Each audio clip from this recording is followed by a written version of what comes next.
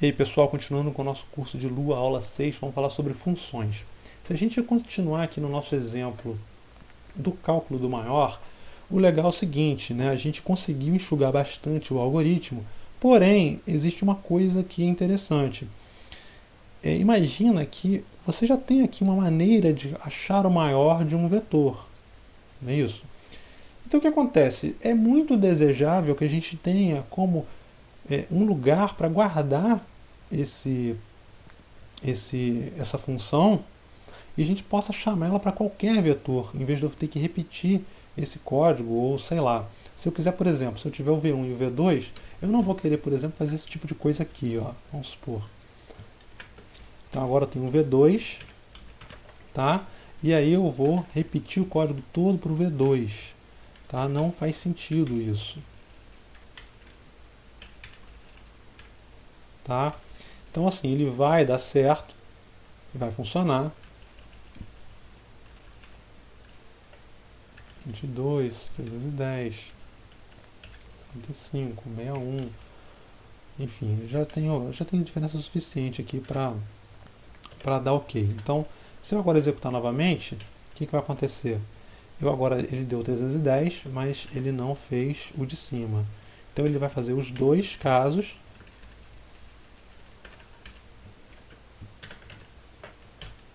Então repara, ele deu maior 132 para o primeiro e 310 para o segundo. Está correto.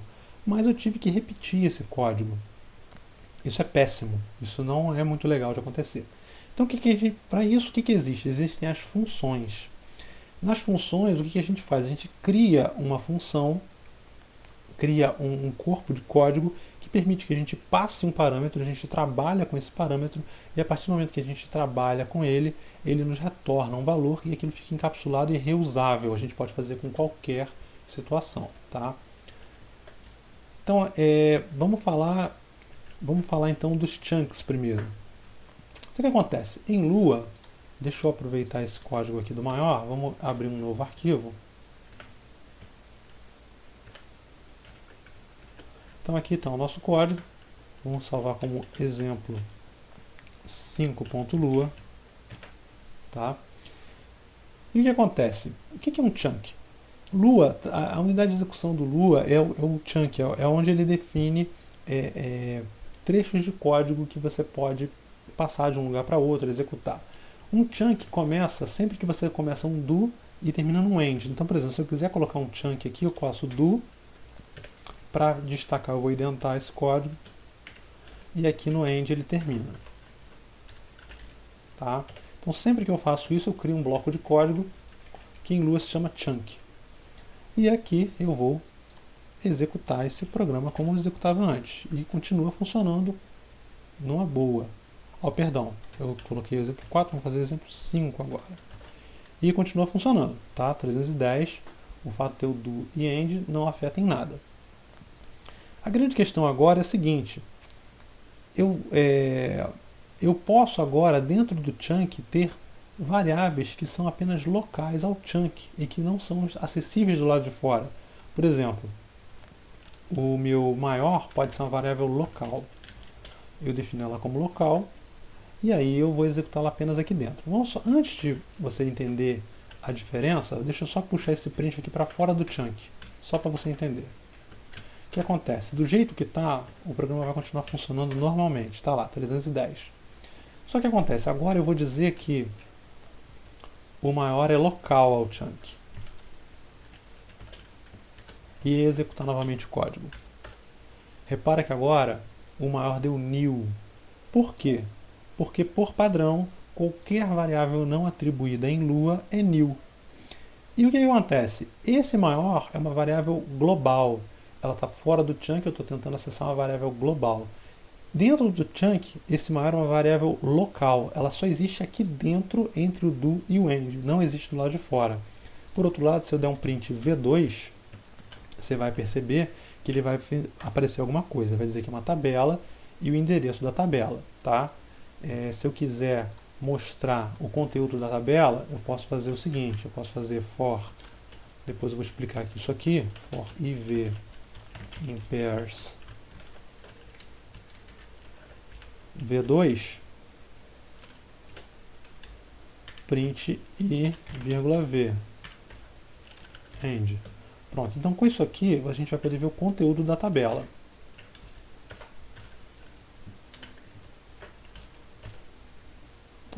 Do expect near print, porque eu esqueci o do aqui. Ok. Pronto. Beleza, então agora eu estou vendo o conteúdo da tabela. Os índices 1, 2 até 13 e aqui os valores que eu coloquei lá. 22, 310, 55, olha só. 22, 310, 55 e assim por diante. Ok. O que acontece é o seguinte, o V2, porque eu não disse que ele é local, ele continua como global. Isso é uma coisa que é importante a gente começar a entender a partir de agora. No Lua, por padrão, as variáveis são globais. Por padrão, elas são globais. Para eu ter uma variável local, eu tenho que declará-la como local através dessa palavra-chave local. E aqui eu vou fazer a mesma coisa. Agora eu vou definir local V2. Vamos ver o que acontece. Então, olha só, agora deu um erro. Está dizendo que o argumento 1 para a função pairs era esperado uma tabela, mas ele recebeu um new. Claro, porque agora ele não enxerga mais o V2. Então, beleza. Vamos fazer uma coisa? Vamos colocar aqui, ó, V2 igual a 1, 2, 3. Ok? Tem o V2 igual a 1, 2, 3 e o V2 igual a 22, 310 e tal. Vamos ver o que acontece. Então, repara. Ele imprimiu o 1, 2, 3. Esse código imprimiu 1, 2, 3, que tem a ver com esse cara aqui de cima. O que aconteceu? Eu defini uma variável global chamada V2 e atribuí os valores 1, 2, 3. Aqui dentro ele executou o chunk, tá?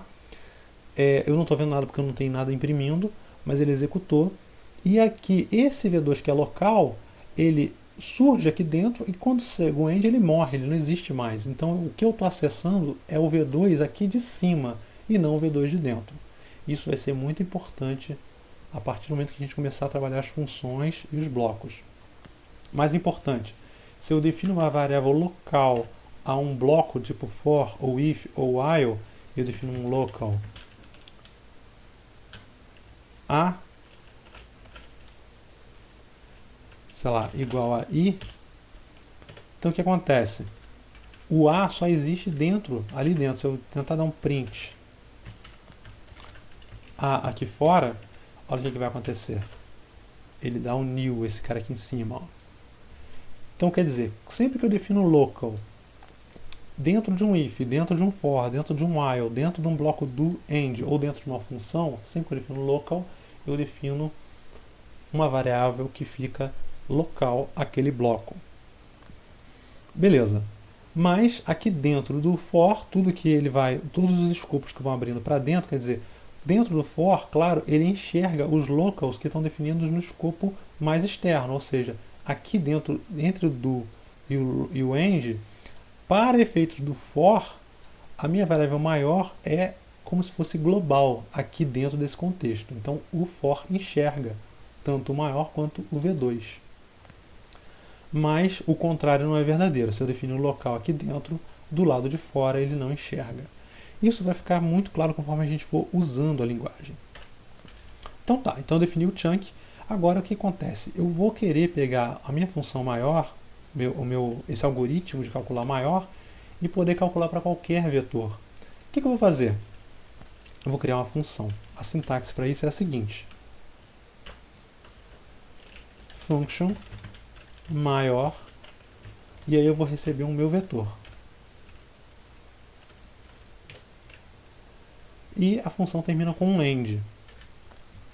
Então esse papo todo de local e global é importante por quê? Porque agora eu não quero sujar o meu ambiente global com esta variável. Porque essa variável maior só faz sentido aqui dentro dessa função. Eu vou obter o maior, tá? Pelo cálculo todo, dizendo que ele é local dentro da função. Aqui eu não vou usar V2, vou usar V. Vamos ver onde aí mais tem V2. Ctrl C. Ctrl V. Ctrl V. Ctrl V. Pronto. Então aqui eu só tenho V, tá? Mas e agora? Como é que eu vou fazer isso? Eu vou dizer que eu quero o meu maior, né? Vou chamar M igual ao maior do meu V2. Onde o V2 eu vou, na realidade, chamar aqui do V.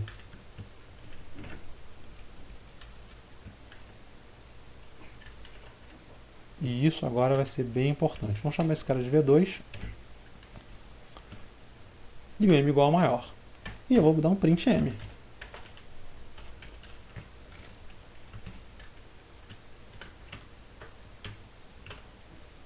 Então o que acontece? Deu nil. Por que deu nil? Porque falta uma coisa importantíssima para a nossa função, que é o retorno dela. Eu defini quem é o maior, fiz o cálculo, executei todo mundo, mas ela não retorna valor. Para ela retornar, eu tenho que dar um return, e aí o meu maior. Pronto, agora sim. Funções que não retornam valor explicitamente, retornam nil por padrão. Tá? E ela indica que a gente não está retornando nada. Mas agora ela deve funcionar. Então, já salvei, vamos executar de novo. Então, show de bola. Então, deu o maior 132 como esperado, que é esse valor aqui. O mais legal é que eu agora posso pegar, alterar aqui, dizer que isso aqui é um V, como era antes.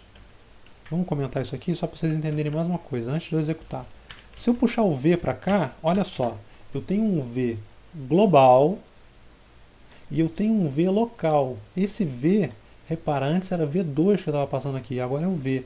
Na hora que eu passo, o que acontece? Ocorre uma cópia. Então eu pego essa tabela e copio, pelo menos a referência à tabela é copiada para dentro dessa função, e aí internamente ela é trabalhada sem afetar essa cópia externa, tá? Sem afetar a tabela externa. Na verdade, as tabelas são um pouco mais complicadas que isso, tá? Porque se eu alterar internamente a tabela aqui dentro, ele também vai alterar aqui fora. Mas se eu atribuir diretamente a tabela, ele não vai alterar. Bom, isso vai ficar claro aos poucos conforme a gente for trabalhando. Mas o importante é o seguinte, este V que está aqui não é exatamente esse V que está aqui. Tá? Ele é feito uma cópia e ele trabalha internamente com esse cara local, ele vira um local aqui dentro. Tá? Toda variável passada como parâmetro aqui é uma variável local à função. Tá? Então eu poderia chamar isso aqui de outro nome qualquer, mas aqui dentro ele é local. E esse V é o V global do lado de fora. Tá? E aí eu posso continuar funcionando, claro. E aí 132. Mas aqui agora o importante é que eu vou chamar aqui o V2 e voltar com o nosso valor 310 aqui, que eu tinha antes. E eu vou agora, eu posso muito bem chamar assim agora. Em vez de eu fazer essa burocracia toda, eu tiro isso daqui e chamo assim. Vamos continuar assim por enquanto, só para mostrar que funciona, ok. Mas eu agora vou querer que ele faça também o maior do V2. Então, show de bola. Agora eu tenho também o 310, que é o V2, e o 132, que é o V1. Então, eu criei uma função que calcula o maior de qualquer vetor. Calcula o maior de qualquer vetor. E eu posso passar o vetor que eu quiser aqui dentro. Posso, inclusive, passar o vetor direto, sem atribuir uma variável. Por exemplo, eu posso fazer isso aqui. Vou comentar aqui, para não atrapalhar. E aqui eu passo o maior, chamando direto o meu construtor de tabela. Ok. E ele continua calculando. Inclusive o Lua tem um atalho que eu posso, nesse caso, como eu estou com as chaves, eu posso omitir esse parênteses, porque eu tenho outro delimitador. Então a função aceita que eu chame direto com as chaves e continue executando. Também funciona para strings, o delimitador pode ser as aspas da string. Então com isso a gente, bom, deixa eu ver se falta alguma coisa a gente falar. Eu falei dos chunks, definição de função, variáveis globais e locais, o escopo das variáveis. O escopo das variáveis tem a ver com isso. O if, uma variável local. Dentro do if, ela é local só no if, local xyz, ela só é local aqui dentro desse if, ela não é local, ela não existe do lado de fora. Então o escopo da variável é o if, aqui dentro do if. Uma variável local, tipo esse a declarado dentro do for, o escopo dela é o for, ela não vale fora do for. E da mesma maneira o maior, o escopo dela é dentro da função maior e ele não existe fora. Se eu tentar dar um... aliás, eu estou fazendo uma besteira aqui, né? Porque isso aqui é super perigoso. Porque Porque eu tenho a função maior e eu tenho a local maior que está fazendo a mesma coisa, só que uma função e outra é uma variável local com o mesmo nome. Isso é meio perigoso. Então, para evitar isso, eu vou colocar aqui o meu M e eu vou, todo lugar que eu achar maior aqui, eu vou colocar M, só por garantia.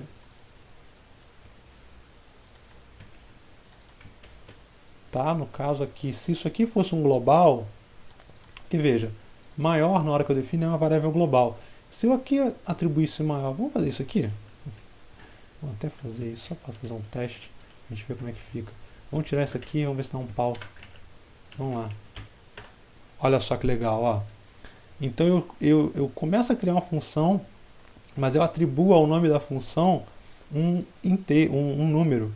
E aí eu acabei de fazer, não consegui mais que isso aqui funcione direito, porque na hora que eu começo a executar, ele define a função, no que eu começo a executar a função, eu mudo a definição de maior para o inteiro, e aí eu erro tudo.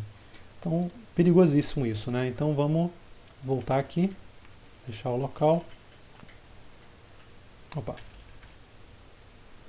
E aqui eu vou, em vez de maior, vou colocar M. M. M. M. M. E agora ele deve voltar a funcionar. Opa! New value. Ah, tá. Onde é que foi isso? Em qual linha? Ele sempre lê as mensagens de erro, tá, gente? Porque elas nos ajudam. Então, na linha 4, linha 19.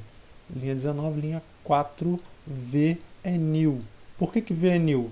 Porque eu estou passando um V2 que não existe. Porque eu tinha copiado aqui o array.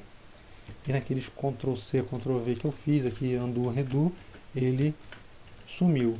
E agora sim ele vai executar. Então, beleza. Então a gente aprendeu a fazer funções e com isso a gente vai ganhar um poder danado para fazer várias coisas. Então, a gente agora vai continuar com strings e tabelas para a gente poder fazer mais coisa legal nos nossos programas. Até a próxima. Um abraço.